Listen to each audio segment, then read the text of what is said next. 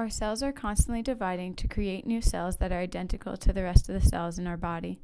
If the cells are not ready to undergo cell division, they are considered to be in the G0 phase and are not in the cell cycle.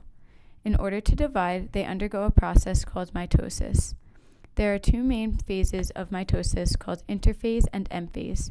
Before the cell starts to actively divide in the M phase, it undergoes preparation in interphase.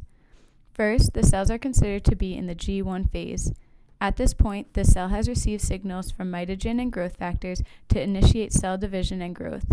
The cytoplasmic proteins needed for each of these processes start to form. The cell is able to check its environment to make sure all of the correct nutrients are available for the cell to divide and survive. At the end of G1, DNA is proofread before replication to make sure there is no damage to the strand. If there is damage that cannot be repaired, the cell undergoes programmed cell death called apoptosis. The cell now begins to enter the S phase where the DNA will undergo replication. At the end of this process, the cell will have twice the amount of DNA that a typical cell has. Once the DNA is replicated, the cell now moves into the G2 phase where another proofreading mechanism begins to work. At this checkpoint, the cell checks to make sure that all of the DNA was replicated and that there were no mistakes in the replication process. After the cell has finished going through each of the checkpoints, replication, and proofreading of interphase, it enters M phase, where it begins division. Prophase is the first step of division, where the chromosomes condense and microtubules attach to the centrosomes, creating a unit called a mitotic spindle. The mitotic spindles then begin to migrate to opposite sides of the cell. Once they reach opposite sides of the cell, the microtubules extend to the kinetochore of the chromosomes, in a phase called prometaphase. The chromosomes begin to move to the center of the cell, and the nuclear membrane finishes breaking down. When the chromosomes reach the dead middle and line up, they are in the next phase, metaphase. The microtubules begin pulling on the chromosomes, and the sister chromatids break apart at the centromere, creating two chromosomes. This phase is known as anaphase. The cell is then ready to finish division in the final step called telophase. Telophase is the step where the cell begins to divide into two, and the cytoplasmic material undergoes division, also known as cytokinesis. Then the nuclear envelope reforms, and the chromosomes decondense. When the cell has successfully finished telophase, it has completed division, and the end result is identical diploid cells.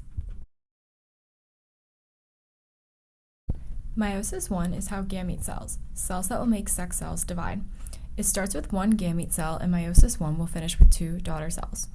By the time prophase I occurs, the DNA has already been replicated during interphase.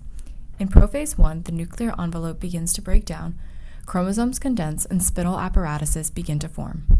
The homolog pairs come together in a pairing process called synapsis. This resulting structure is called a bivalent, consisting of two homologs or four sister chromatids.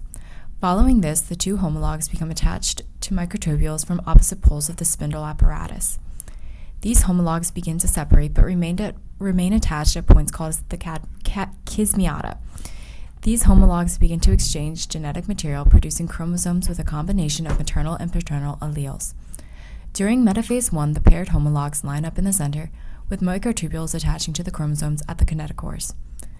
During anaphase I, the paired homologs start separating and migrating towards opposite poles of the cell. During telophase I, the homologs completely finish migrating towards the opposite poles of the cell. Finally, during cytokinesis, the cytoplasm is divided and two cells are completely formed. Meiosis I results in one diploid cell, producing two haploid cells. Meiosis II starts out with two haploid cells that result from meiosis I. These cells then enter prophase II, which is very similar to prophase I. In prophase II, there is no DNA replication. The job of meiosis is to separate sister chromatids. What happens in prophase II is that the nuclear envelope starts to dissolve. At this point, the centrosomes have replicated, so each cell has two centrosomes.